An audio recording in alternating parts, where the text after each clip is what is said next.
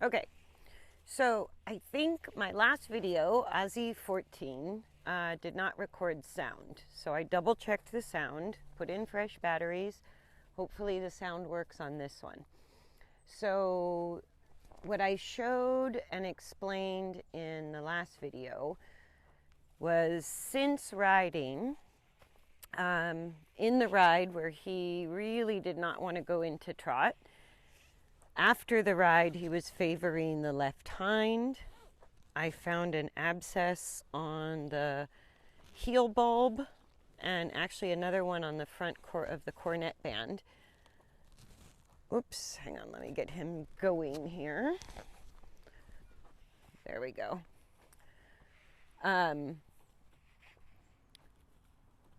the next day, when I went to do a clean tracks treatment, when I pulled him out of the paddock, he had a nail stuck in the foot. So after the vet visit, we treated the abscesses, took x-rays, treated where the nail went into the same foot, of course. And since then, he had a week of stall rest. He's on antibiotics, but the vet said as soon as he's sound enough to work, he can go back to work. So the hoof is still wrapped. I've got a drawing poultice on the hoof, and it's wrapped really good with elasticon. And then for working and turnout, I reinforced it with duct tape to make the wrap last a little bit longer. At this point, the abscess looks like it's closing up. It looks great. The hole where the nail went in is looking really good. It looks like it's filling in. He's had no fever this whole time, so that's really good. So Monday and Tuesday he worked at the walk on the long reins. Today's Wednesday, and I just wanted you to see him go a little bit, especially since there was no sound on the last video. Sorry about that. So this will be the Ozzy 14 update. So he pretty much just went back into work. I'm just going to do a few minutes this direction, and then I'll show you a few minutes the other direction with the wrapped hoof on the inside. But him putting his nose to the ground is a good sign. A little awkward to work on the long reins, but a good sign that he's feeling stable enough to really lengthen all the muscles of the top line, and he's falling forward. That's why we're always working on small circles. Keep those hind legs engaged.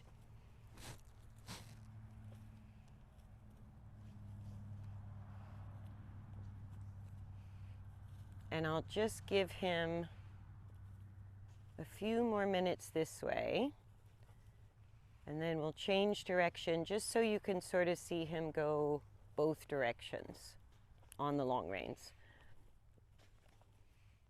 And I'm going to keep this video pretty short. I know you've seen him work on the long reins before. I just wanted you to see where we were picking up with the hoof wrapped. And then particularly the other direction, I think on both directions, I'm going to ask for just a little bit of trot to see what it looks like. I'm not going to make him hold the trot, but I'd like to see if he resists going into trot, if he looks lame in the trot, because he looks reasonable enough at the walk that at least we can start back with that. So I'm just going to ask for a few steps of trot and see what he has to say about it.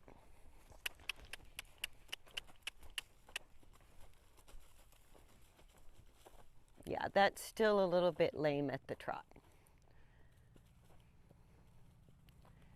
So I'm going to stick to the walk, and then let me just change direction. Let's see how he does with that hoof on the inside.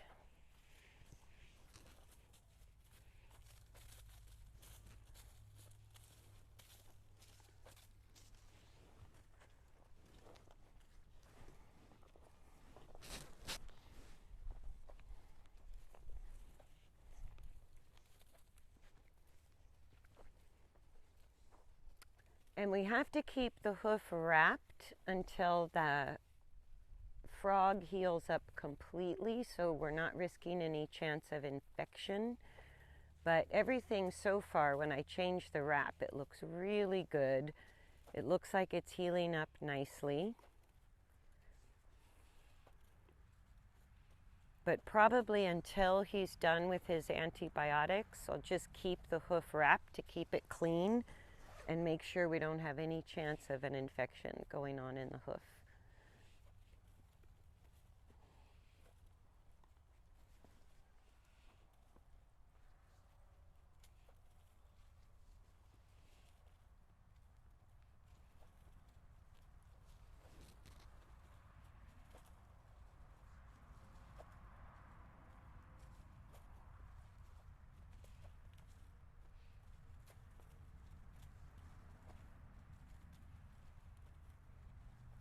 And I'd like to see him lengthen his neck this direction and maybe even fall into that same deep, long, and low he had the other direction. I would feel better if he did that instead of keeping his neck high.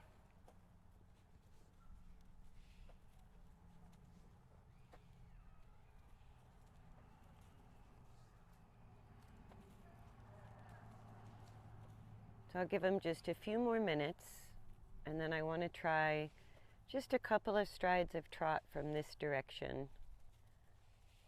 I don't expect he'll be sound. I just want to see how bad is it if I ask for trot with that left hind on the inside of a turn. So probably from what I just saw with that little bit of trot to the right, I'll give him this week walking. I'm going to try riding him at the walk. And again, if he feels lame, if he objects, that's sort of what I was hoping to get. If he objects, or if he feels lame under saddle, then this is going to be the best I can do until he heals up a little bit more. But at least continuing with the gentle changes at the walk and working on the long reins, I'm happy he can at least do this to keep making progress.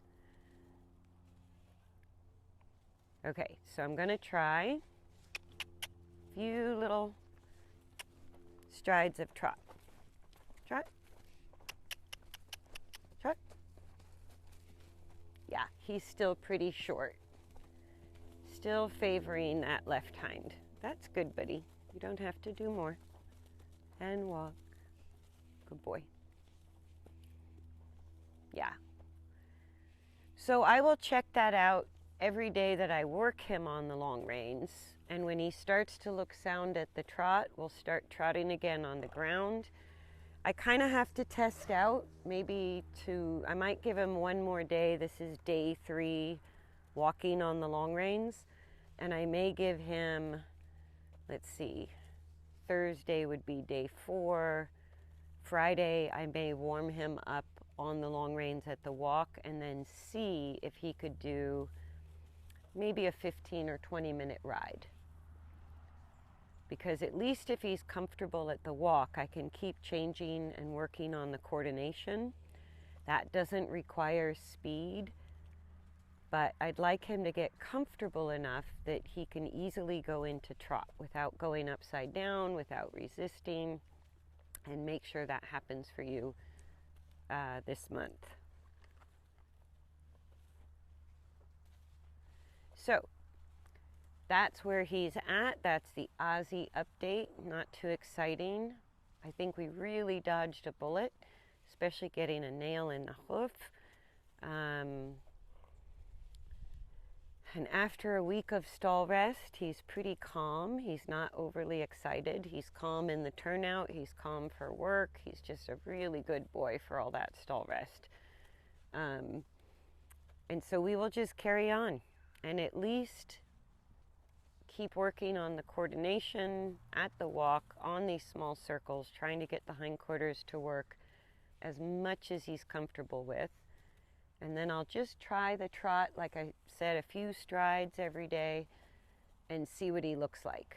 And when he starts to look more sound, we'll do more trot on the ground and then try that again under saddle.